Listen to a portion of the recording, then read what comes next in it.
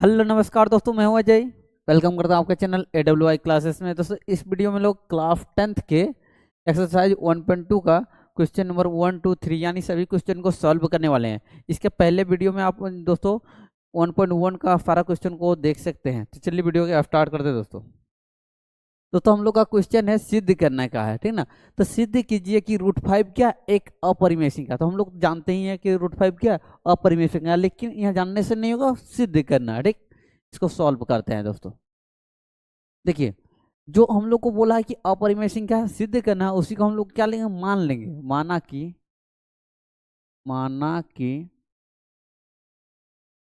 √5 एक क्या परिमेय संख्या है। √5 क्या है, परिमेय संख्या है, परिमेय संख्या है। इसलिए √5 क्या हो जाएगा, इसलिए जब कोई भी संख्या परिमेय संख्या होता है ना, तो वो p/q के रूप में होता है, ठीक ना। इसलिए √5 क्या होगा, p/q, जहाँ क्या होगा, p और q क्या है, p और q पूर्णांक है। p और q क्या है, पूर्णांक है। और क्या होगा, q बराबर नॉट जीरो, यानी q का मान क्या होगा, जीरो नहीं होगा। समझ में आ रहा, p√5 बराबर क्या लेगा, p/q। और p जहाँ क्या होगा, p और q का पूर्णांक है और q बराबर नॉट जीरो, तथा p और q का कोई उभयनिष्ठ गुणनखंड नहीं है। उभयनिष्ठ गुणनखंड गुणनखंड नहीं है। उभयनिष्ठ का मतलब क्या होता है, जो दोनों का गुणनखंड नहीं होगा, ठीक ना। अब देखिए इसके आगे क्या करना पड़ा, दोनों तरफ वर्ग कर लेंगे, ठीक ना। दोनों तरफ वर्ग करने पर, वर्ग का मतलब स्क्वायर, वर्ग करने पर, तो दोनों तरफ वर्ग करेंगे तो क्या होगा, √5 का स्क्वायर होगा। √5 का स्क्वायर करेंगे बराबर क्या होगा, p/q का स्क्वायर होगा, ठीक है। चलिए, √5 का स्क्वायर करेंगे तो यहाँ क्या होगा दोस्तों, 5 हो जाएगा, बराबर क्या होगा, p का स्क्वायर बटा q का स्क्वायर होगा, ठीक ना। यहाँ एरो दे सकते हैं। यहाँ ये देखिए, ये बटा में है या भागा में है, इधर आएगा तो क्या होगा, गुना होगा। तो क्या होगा, 5q² 5q² बराबर क्या होगा, p²। तो 5q² ये दोनों क्या है, गुना में। अगर एक चीज को उधर लेके जाएंगे तो क्या होगा दोस्तों, ये क्या क्या हो जाएगा, भागा होगा। यानी यहाँ क्या होगा, यहाँ p² 5 से विभाज्य है, विभाज्य। देखिए ये इधर आएगा बट्टा में तो भाग लगेगा कि नहीं, इसका मतलब p² जो है 5 से क्या विभाज्य है। इस प्रकार क्या होगा, p भी 5 से विभाज्य होगा, 5 से विभाज्य होगी। इस प्रकार से क्या होगा, p भी 5 से विभाज्य होगी। यानी देखिए, 5 से अगर कोई विभाज्य हो रहा है, यानी 5 उसका क्या है, गुणनखंड है। यानी 5 p का एक गुणनखंड है। p का एक क्या है, गुणनखंड है। समझ में आ रहा है कि नहीं। अगर कोई संख्या किसी से भाग जाता ना, तो वो क्या होता है, उसका गुणनखंड। यहाँ देखिए, यहाँ p² 5 से विभाज्य है, इसलिए p भी क्या होगा, 5 से विभाज्य होगा। यानी 5 p का के गुणनखंड है। अब देखिए, अब उधर बनाते हैं, ठीक है। पुनः माना, इसको हम लोग समीकरण 1 मान के रख सकते हैं, ठीक ना। इसको समीकरण मान के रख सकते हैं, अगर बाद में काम आएगा तो। पुनः माना, पुनः मतलब फिर से, माना कि p बराबर 5k, ठीक ना। p का मान क्या है, 5k। पुनः माना कि p बराबर 5k, तथा इसके मान को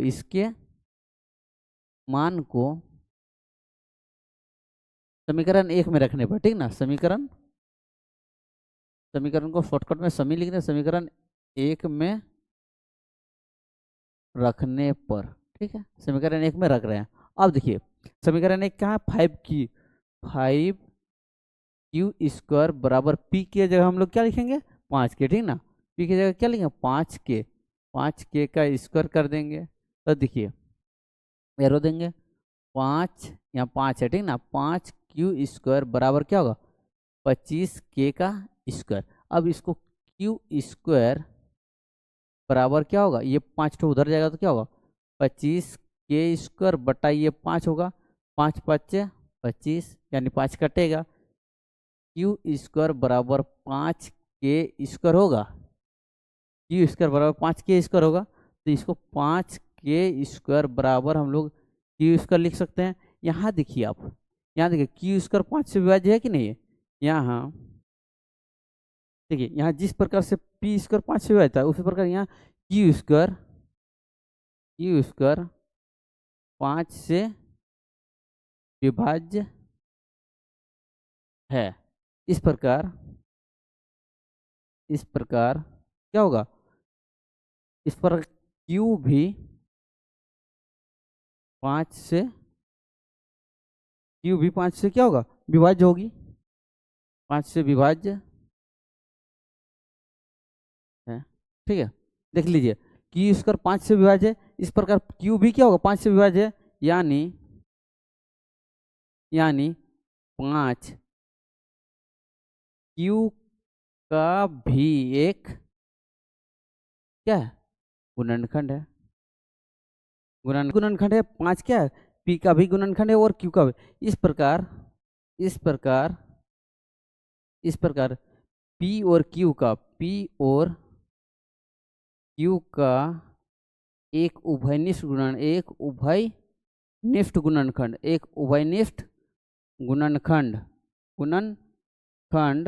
क्या है 5 है, जो कि क्या है विरोधाभास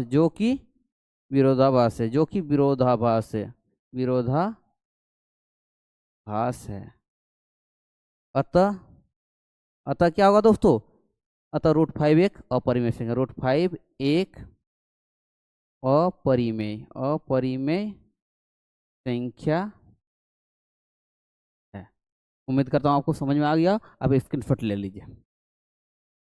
चलिए नेक्स्ट क्वेश्चन की ओर देखते हैं। चलिए सिद्ध कीजिए कि 3 + 2√5 एक क्या अपरिमेय संख्या है। इसमें भी हम लोग को क्या मान लेना है परिमेय संख्या। माना कि 3 + 2√5 एक क्या है परिमेय संख्या है, परिमेय संख्या है। जब परिमेय संख्या है तो क्या होगा, इसलिए यह क्या होगा 3 + 2√5 बराबर क्या होगा P/Q, जहां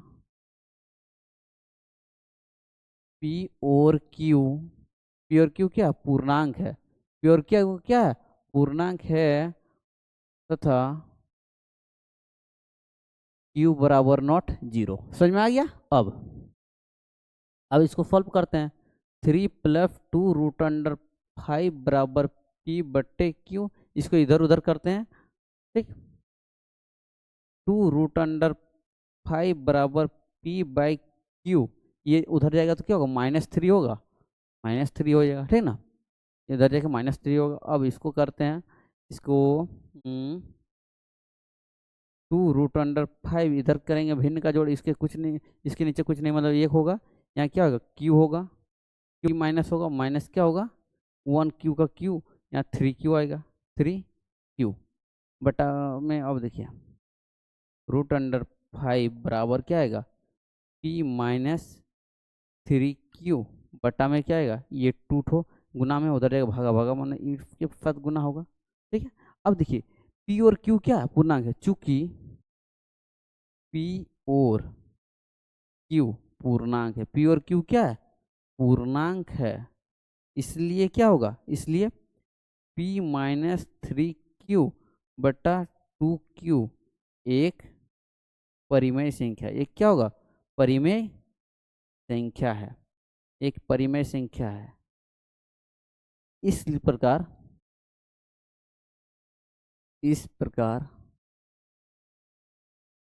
से देखो, जब बराबर के उधर वाला परिमेय संख्या तो बराबर के इधर वाला भी परिमेय संख्या होना चाहिए कि नहीं। इस प्रकार से √5 भी एक परिमेय संख्या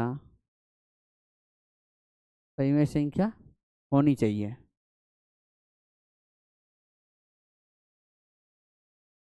लेकिन हम जानते हैं कि √5 क्या है? √5 एक अपरिमेय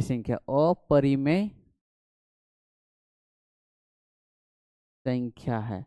क्यों? इसके पहले वाला क्वेश्चन में सॉल्व कर चुके हैं। तो देखिए, इधर वाला हो गया परिमेय और इधर वाला क्या हो गया? अपरिमेय, जो कि क्या? विरोधाभास है। जो कि विरोधाभास है। देखिए, एक साइड परिमेय एक साइड अपरिमेय संभव है? नहीं हो सकता, जो कि विरोधाभास है। अतः क्या होगा दोस्तों? अतः 3 + 2√5 एक क्या होगा? अपरिमेय संख्या है। अपरिमेय संख्या है। दोस्तों, यहाँ पे हम बोल रहे थे, यहाँ पे अब समझ में आ गया?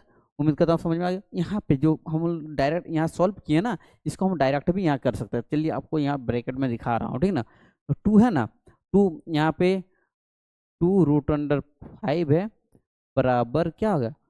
P/Q माइनस में क्या है? 3 है। ये जब डायरेक्ट जाएगा ना उधर डायरेक्ट, तो हम लोग इसको क्या कर सकते हैं? P/2Q माइनस 3/2 कर देंगे। ठीक है, वही चीज़ था। समझ में आ रहा है? वही चीज़ था, लेकिन हम इसको सॉल्व करने का कोशिश कर लिए। चलिए, अब दोनों तरफ से बनेगा सकते हैं।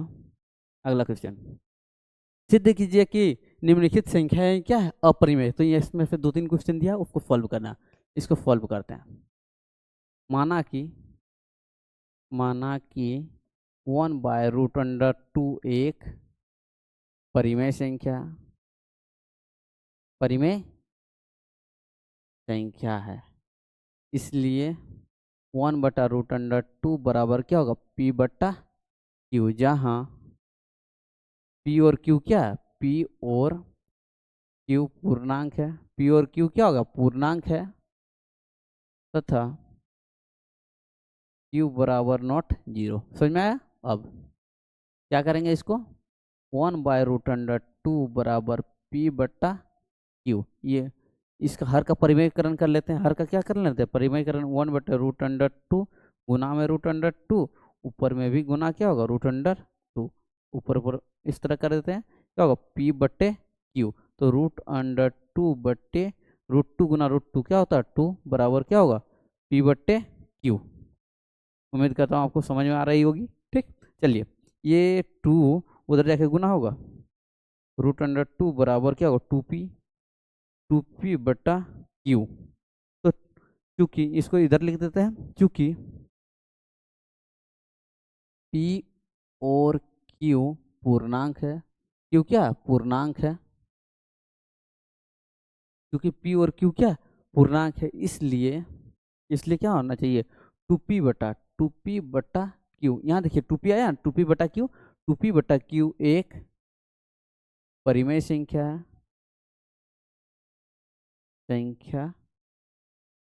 है। इस प्रकार से √2 को भी एक क्या होना चाहिए? परिमेय संख्या होना चाहिए। √2 भी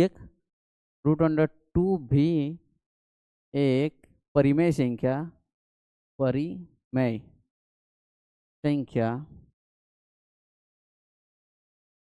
होनी चाहिए। √2 भी एक क्या होना चाहिए? परिमेय संख्या होनी चाहिए। लेकिन हम जानते हैं कि क्या जानते हैं? लेकिन हम जानते हैं कि √2 क्या है? √2 एक अपरिमेय संख्या है। देखिए, एक साइड परिमेय एक साइड अपरिमेय, ये क्या होगा? विरोधाभास होगा कि नहीं होगा? जो कि विरोधाभास है। यहाँ क्या लिखेंगे? जो कि विरोधाभास है। जो कि विरोधाभास है। अतः क्या होगा?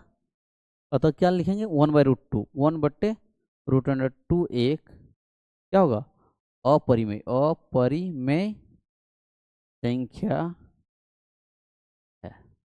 ठीक है, चलिए अगला क्वेश्चन की ओर देखते हैं, स्क्रीन फटाफट कर सकते हो। चलिए 7√5 क्या है, 7√5 इसको भी मान लेते हैं परिमेय संख्या। माना कि 7√5 एक परिमेय संख्या है। चलिए ठीक है, परिमेय संख्या जब हो गया, इसलिए 7√5 बराबर P/Q, जहाँ क्या होगा P, देख लीजिए इसको, जहाँ क्या होगा P और Q पूर्णांक है तथा Q बराबर नॉट 0। समझ में आ गया, Q बराबर नॉट 0। अब देखिए यहाँ पे, अब 7√5 बराबर क्या होगा P/Q, √5 बराबर क्या होगा P/, ये वाला गुना में इधर आके क्या होगा भागा में होगा 7Q, होगा कि नहीं होगा, क्योंकि P और Q पूर्णांक है। सेम लैंग्वेज लिखा रहे हैं ठीक ना, पूर्णांक है, क्योंकि P और Q क्या पूर्णांक है, इसलिए P/7Q एक परिमेय संख्या है। 7, देखिए P/7Q क्या एक परिमेय संख्या है। इस प्रकार √5 भी एक परिमेय संख्या होनी चाहिए, ठीक ना। लेकिन हम जानते हैं कि √5 क्या है, √5 एक अपरिमेय संख्या है। अब देखिए एगो परिमेय एगो अपरिमेय, तो ये भी क्या हो गया विरोधाभास, जो कि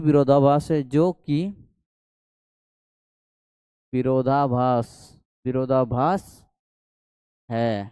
अतः क्या होगा 7√5 एक अपरिमेय संख्या है। ठीक है, उम्मीद करता हूँ समझ में आ गया, स्क्रीनशॉट ले लीजिए।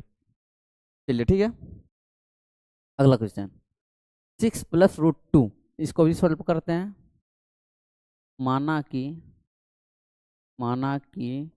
6 + √2 एक परिमेय संख्या, ठीक ना, परिमेय संख्या है। माना कि 6 + √2 एक क्या परिमेय संख्या, इसलिए क्या होगा, इसलिए 6 + √2 बराबर क्या होगा P/Q, होगा कि नहीं होगा, जहाँ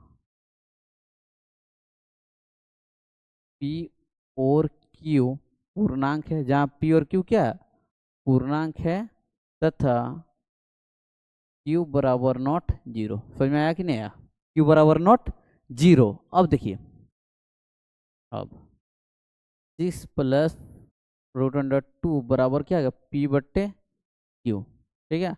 अब देखिए √2 बराबर क्या है P/Q, ये 6 उधर जाके क्या हो -6 होगा कि नहीं होगा, क्योंकि P और Q पूर्णांक है, P और Q क्या है पूर्णांक है, ठीक ना, इसीलिए P/Q -6 एक परिमेय संख्या है। इस प्रकार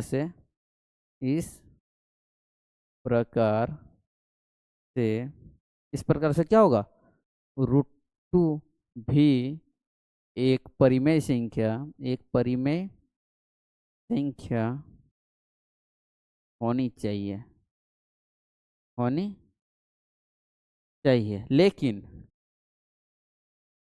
लेकिन हम जानते हैं क्या जानते हैं, √2 एक क्या है अपरिमेय संख्या, √2 एक अपरिमेय संख्या है। मैं को अच्छा फिर अपरिमेय संख्या है। अब देखिए एक साइड में परिमेय हो रहा है, एक साइड में क्या हो रहा है, अपरिमेय, जो कि क्या होगा, विरोधाभास होगा, जो कि विरोधाभास है, विरोधाभास है। अतः अतः क्या होगा दोस्तों, अतः 6 + √2, 6 + √2 एक अपरिमेय संख्या है। समझ में आ गया? चलिए, उम्मीद करता हूँ आपको ये वाला क्वेश्चन भी समझ में आ गया। अब स्क्रीनशॉट ले सकते हो। धन्यवाद दोस्तों यहाँ तक वीडियो को देखने के लिए। इसी तरह से हम लोगों ने 1.2 का पूरा क्वेश्चन को सॉल्व कर लिया है। और अगर पिछला क्वेश्चन आप देखना चाहते हैं यानी 1.1 का, तो उसको 3 वीडियो में हम लोगों ने कवर किया है। इसको आप जाके देख सकते हैं। कहीं पे आपको लिंक, नीचे में लिंक मिल जाएगा या फिर ऊपर में लिंक मिल जाएगा। उसके बाद आप 1.2 खत्म हो गया, उसके बाद अगला एक्सरसाइज हम लोग जल्दी वीडियो अपलोड करने वाले। Thanks for watching.